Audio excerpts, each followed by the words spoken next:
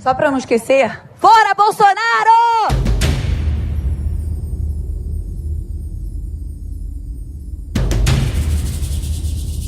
Atletas podem ou não se manifestar politicamente durante eventos esportivos?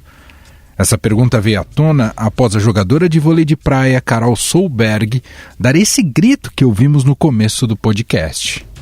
O ato aconteceu após a premiação pela conquista da medalha de bronze na primeira etapa da temporada do Circuito Brasileiro no dia 20 de setembro.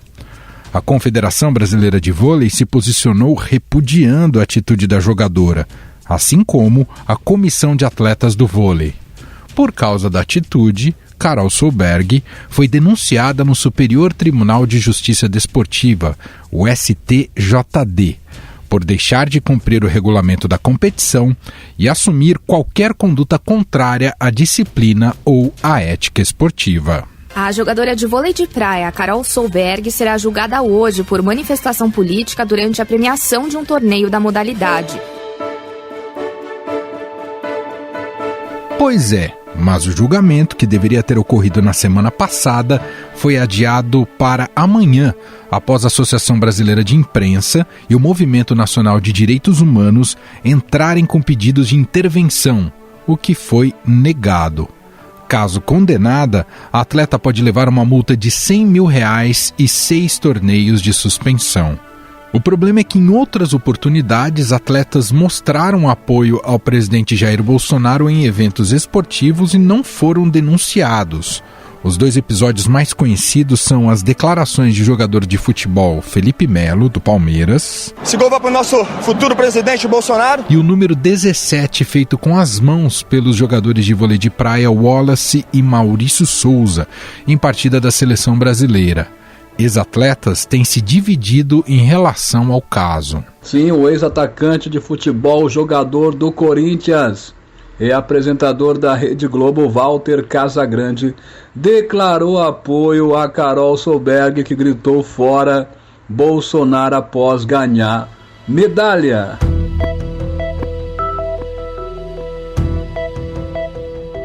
Outro ídolo do timão, Marcelinho Carioca, tem uma opinião diferente. Eu quero aqui manifestar minha indignação. Poxa, pela segunda vez, a Globo é usada por desportistas para atacarem o nosso presidente da República. Isso é inadmissível.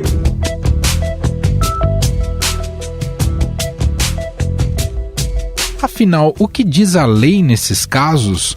O ato da Carol Solberg pode render punição para atleta? Eu converso agora com o presidente da Comissão de Direito Desportivo da OAB Campinas e conselheiro do Instituto Brasileiro de Direito Desportivo, Felipe Souza.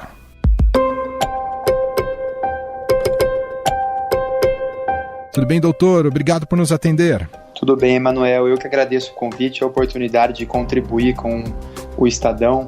Doutor, esse tipo de manifestação, a legislação desportiva garante o direito dos atletas a fazer esse tipo de manifestação, sim ou não, doutor? Essa sua pergunta e esse recorte, na verdade, que você faz na sua pergunta é essencial como premissa para analisarmos o caso. É um caso que tem muita repercussão, como você bem disse, envolve uma questão política, envolve o presidente da República, enfim, o momento histórico que nós vivemos traz muitos desses embates, mas nós precisamos aqui tirar um pouco da paixão e não deixar que ela obscureça a razão. Temos que olhar para as questões jurídicas. E para fazer essa análise, para responder a sua pergunta, devemos, num primeiro momento, analisar objetivamente a denúncia que foi feita. Como você disse no seu introito, a atleta foi denunciada em 2 artigos do Código Brasileiro de Justiça Desportiva, que nós utilizamos aí a sigla CBJD. Ela foi denunciada no artigo 191, inciso 3, que basicamente diz sobre uma violação ao regulamento de uma competição, e também no artigo 258, no seu caput, que diz sobre uma conduta contrária à disciplina ou à ética desportiva não tipificada pelas demais regras do Código. Até peço desculpa por ler esses artigos, ou esse trecho, especialmente do artigo 258, para dizer que, na minha opinião, no meu entendimento, a denúncia ela deve ser ou pelo artigo 191 ou pelo artigo 258, e não pelos dois. E eu me explico. Começamos pelo artigo 258. Ele diz o seguinte: assumir qualquer conduta contrária à disciplina ou à ética desportiva não tipificada pelas demais regras do Código. Já o artigo 191, ele tipifica, ou seja, ele especifica exatamente o que seria a violação, e no caso, uma violação ao regulamento da competição. Então, se nós temos um artigo que diz exatamente o que foi violado, né, o item, o bem jurídico que foi violado, e o outro diz que ele só se aplica quando não houver algum outro artigo que especifique a violação, ou um ou outro. Os dois não podem subsistir. Passando aos artigos especificamente, se a gente passar ao mérito, né, não nessa questão procedimental ou formal que eu acabo de levantar, o artigo 191, ele fala sobre violação ao regulamento. E o regulamento da competição, ele diz, e eu peço mais uma vez licença para fazer a leitura, mas eu entendo que seja importante. Fique à vontade, doutor, fique à vontade. Que ele diz o seguinte no seu item 3.3. O jogador se compromete a não divulgar, através dos meios de comunicação, sua opinião pessoal ou informação que reflita críticas ou que possa, direta ou indiretamente, prejudicar ou denegrir a imagem da CBV e ou os patrocinadores e parceiros comerciais da competição ou das competições. No meu entendimento, pelo menos a princípio, antes da instrução processual, eu já explico o que eu quero dizer com isso, eu não vislumbro um prejuízo ou algum problema ou algum aviltamento da imagem da CBV ou dos seus patrocinadores e parceiros comerciais. Perfeito. A atleta ela não falou mal da CBV, ela não falou mal de patrocinadores, ela não falou mal de parceiros comerciais. Aliás, eu diria, se me permite, ela sequer falou de CBV, patrocinadores ou parceiros comerciais. Verdade. Ela fez uma manifestação política dirigida ao presidente da República. Então, por esse ponto, lendo o regulamento da competição e pensando ainda numa outra regra do CBJD, que diz que a conduta ela deve ser típica, ela deve ser específica, existe um princípio chamado tipicidade desportiva, não me parece, eu entendo, na verdade, que a atleta não violou esse artigo. Ela não praticou alguma das condutas previstas ou proibidas por esse artigo. Por essa razão, eu entendo que ela não violou o regulamento da competição e, por isso, ela deveria ser absolvida. Aliás, há um ponto muito interessante. Existe uma outra regra do Código que diz que quando a Procuradoria, e a Procuradoria nesse caso é a responsável por essa denúncia, ela que deu início ao processo, a esse processo que está sendo discutido, quando ela faz uma denúncia, ela tem o ônus da prova. O que é o ônus da prova? É o dever, é a obrigação de comprovar aquilo que ela está dizendo, de comprovar aquilo que ela está alegando, para que então possa se ter a punição. E eu entendo que a tarefa da Procuradoria não será fácil definitivamente, porque ela tem que provar, e ela ainda terá a chance disso, como eu disse anteriormente, há uma fase do procedimento denominada instrução processual. Instrução, você produz as provas, todas as partes de um processo podem produzir as suas provas. E no caso a Procuradoria ela não só pode, como ela deve, porque o dever de produzir prova é dela, para que se tenha punição.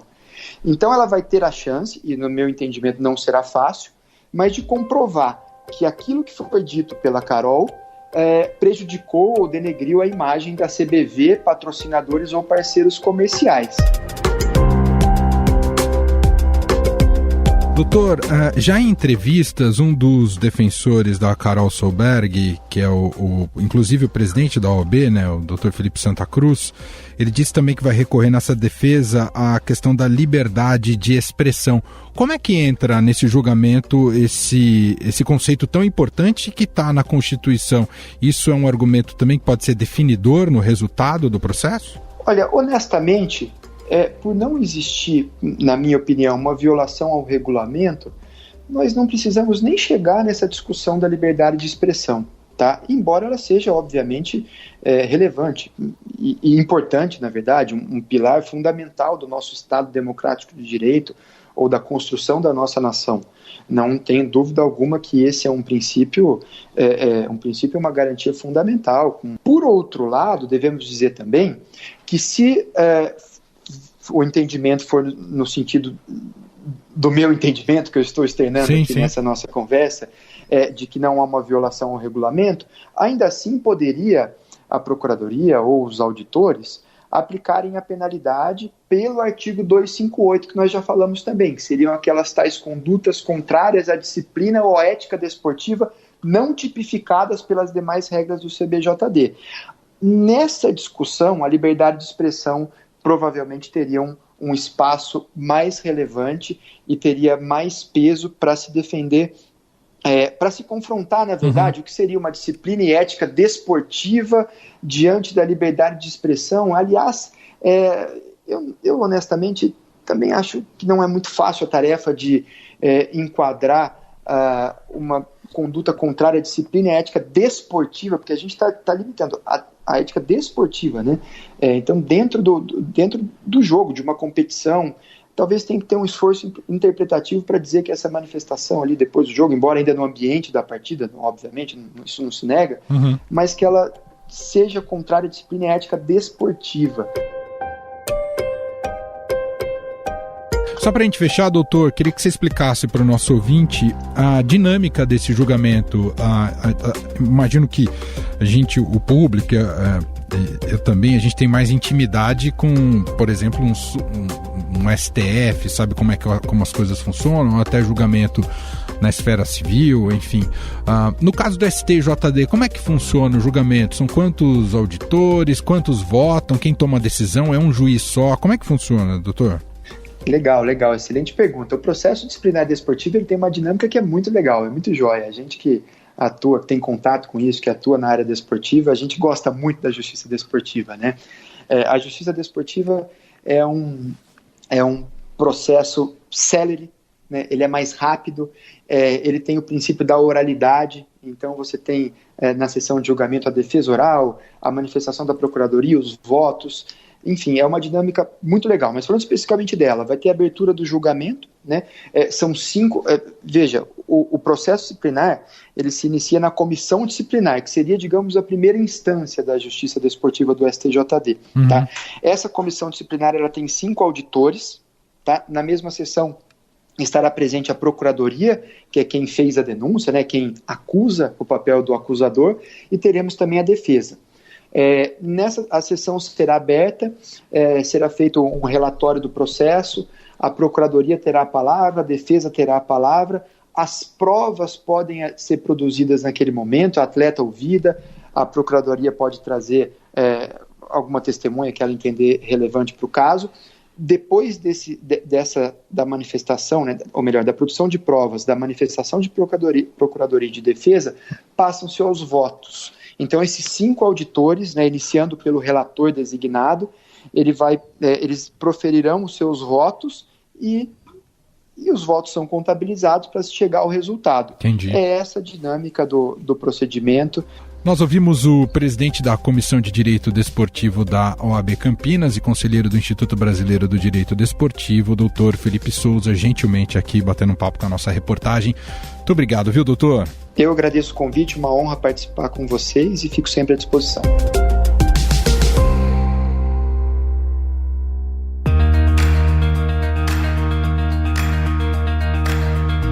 Essa tentativa de censura acontece em um momento em que o esporte tem se manifestado de forma contundente em relação a questões sociais como o racismo. Na NBA, jogadores de basquete fazem campanha para que a população vote nas eleições presidenciais norte-americanas. Up in the 80s, 90s, 100 if possible percentile as far as players and coaches voting. Na história do esporte, exemplos de manifestações políticas não faltam. Quem não se lembra da emblemática imagem do velocista Jesse Owens, que conquistou 4 medalhas de ouro nas Olimpíadas de Berlim em 1936 e se recusou a olhar para a cabine onde estava Adolf Hitler? Owens, Strandberg, Osendorp und Metcalf.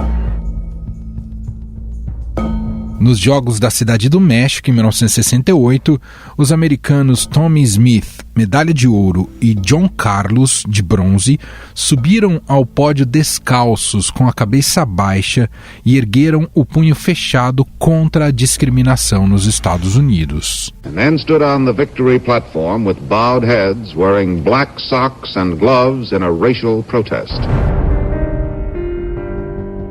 Em 1967, logo após conquistar o cinturão de pesos pesados, o pugilista americano Cassius Clay, ou Muhammad Ali, se recusou a defender os Estados Unidos na Guerra do Vietnã por motivos religiosos. Ele perdeu o cinturão, foi multado em $10 mil e punido com 5 anos de prisão. Either go to jail or go to the army. But I would like to say that there is another alternative. And that alternative is justice. When the night has come. No Brasil, na década de 80, em meio ao processo de reabertura política do Brasil, jogadores do Corinthians lideraram um movimento de gestão autônoma da equipe. Era a Democracia Corintiana, que deu grande destaque a nomes como Sócrates, Casagrande e Vladimir. A gente tinha a democracia dentro da gente, já, né? Então ficou muito mais fácil de a gente colocar em prática aquilo que a gente pensava, o que era, de como a gente gostaria de viver.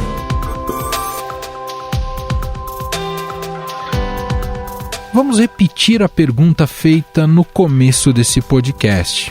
Atletas podem ou não se manifestar politicamente durante eventos esportivos? Quem nos ajuda também com essa análise é o editor de esportes do Estadão, Robson Morelli. Tudo bem, Morelli? Olá, Gris, olá, amigos. Tudo bem, sim. Bom, Morelli, os atletas, eles têm direito à manifestação política? Qual que é a sua opinião em relação a isso? Vamos lá, não é um assunto tão simples, não é um assunto tão tem, não tem. A gente precisa argumentar e argumentar para os dois lados.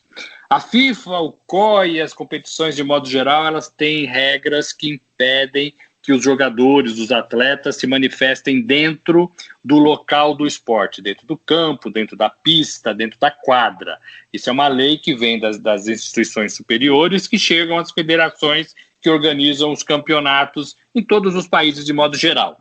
Isso é uma coisa. A outra coisa é você ter um mundo em transformação, um mundo que pede a participação de pessoas de destaque na sociedade, em todas as áreas, inclusive na área esportiva, para que se engajem em determinados assuntos, em determinados temas bacanas. Estou falando, por exemplo, do racismo, contra o racismo, do que aconteceu no basquete dos Estados Unidos com a violência contra negros. São assuntos que não dá para você falar, não dá para você participar, você está proibido de participar porque você é atleta. A gente aqui no Brasil cobra cada vez mais esse envolvimento dos nossos principais jogadores. Isso é uma coisa e parece muito claro para mim, esse tipo de manifestação, isso é positivo. Agora, eu tenho dúvidas se o atleta tem o direito de se manifestar política e religiosamente, por exemplo, dentro do ambiente esportivo. Tenho dúvidas. A Carol, ela condenou um governo, condenou o presidente Bolsonaro ali na primeira entrevista depois de ganhar uma medalha. Imagine ela fazendo a mesma coisa, ou qualquer atleta, pedindo votos para esse ou para aquele candidato, pedindo para que essa ou para aquela pessoa se converta nesta ou naquela religião. Eu acho que vira uma bagunça. Lá atrás isto foi institucionalizado justamente para impedir isso. Então é uma discussão que deve ser feita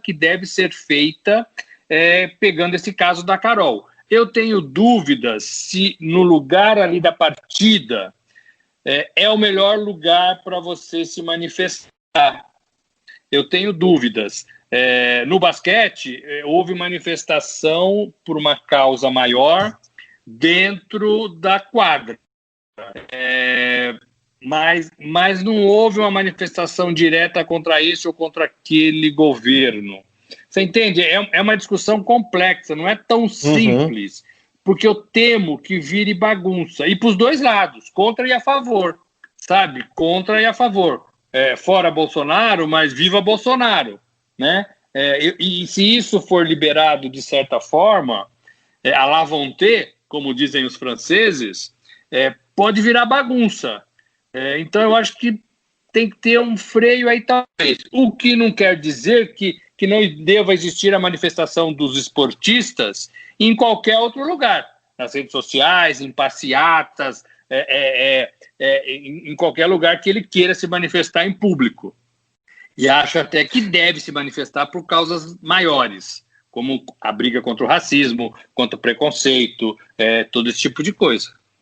Perfeito. Talvez, Morelli, esse caso tenha ganhado essa proporção toda, porque muita gente começou a buscar algumas referências antigas em que atletas não foram punidos ou pelo menos denunciados também no STJD. Vamos lembrar aqui do Felipe Melo, quando ele dedicou um gol ao então candidato Jair Bolsonaro. Nós tivemos também o caso do Wallace, jogador de vôlei, que depois de uma partida da seleção brasileira fez o 17 com a mão, que era o número de Jair Bolsonaro, e nesses dois casos não houve qualquer tipo de denúncia a esses atletas.